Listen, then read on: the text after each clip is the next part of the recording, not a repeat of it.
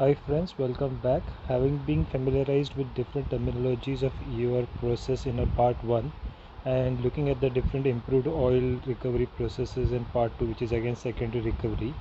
Now let us look at enhanced oil recovery or the tertiary recovery, because there is still considerable oil initially in place, about 50 to 60%.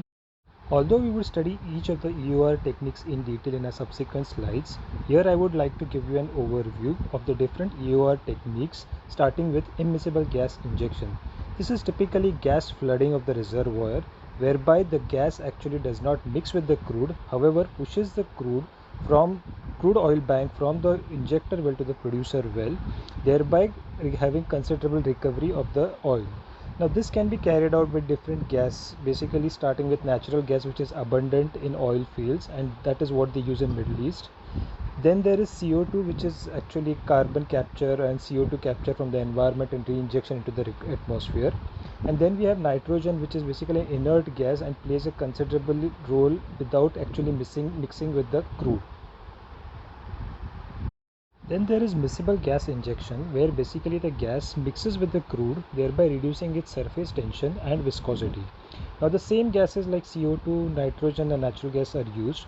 However, in this process there is a possibility of 70% recovery of the injected gas, whereas in the above immiscible gas injection there is a good probability that the gas can be lost in the cross reservoirs, and hence many companies propagate miscible gas injection more than immiscible gas injection.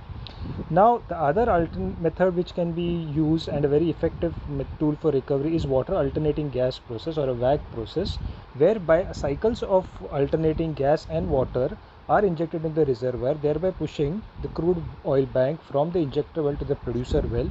Now this method is more beneficial because we already have the infrastructure for water injection already in place, as well as for gas injection already in place, and by using both of them together in tandem we can have a considerable recovery over the oil initially in place. Now let us look at the chemical methods available for EOR, starting with produced water injection with miscible solutions. Now these miscible solutions are basically solutions of biosurfactants, and they work by displacing the crude from the cracks and crevices of the reservoir matrix or reservoir rock. Because they have an affinity towards the rock, they preferentially occupy the cracks and stick with the rock, thereby pushing the oil or displacing the oil from the rocks.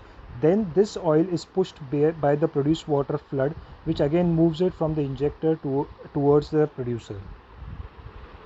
Another effective variant of this produced water injection plus miscible solution of biosurfactant is by alternating these cycles of produced water and biosurfactant, whereby we can have considerable recovery because they work by reducing the surface tension between the water and the crude and giving us maximum recovery. So with again the infrastructure available in place, these cycles can be repeated for maximum recovery.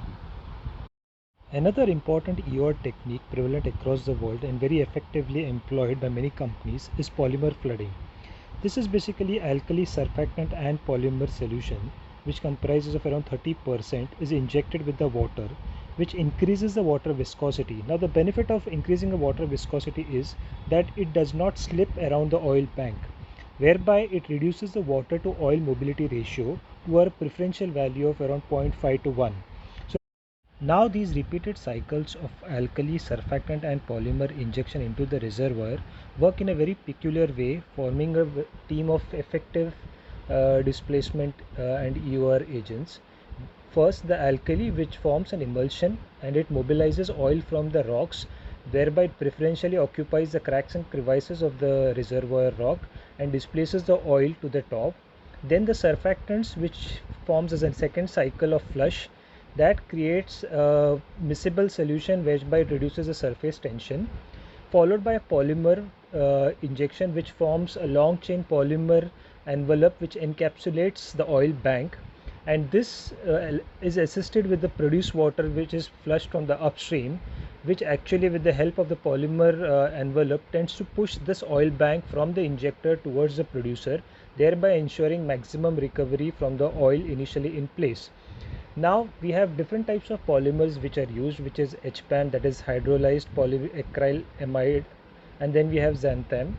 As known based on trials, HPAM seems to be more widely used because it tends to have a good resilience towards the reservoir matrix and saline reservoirs also.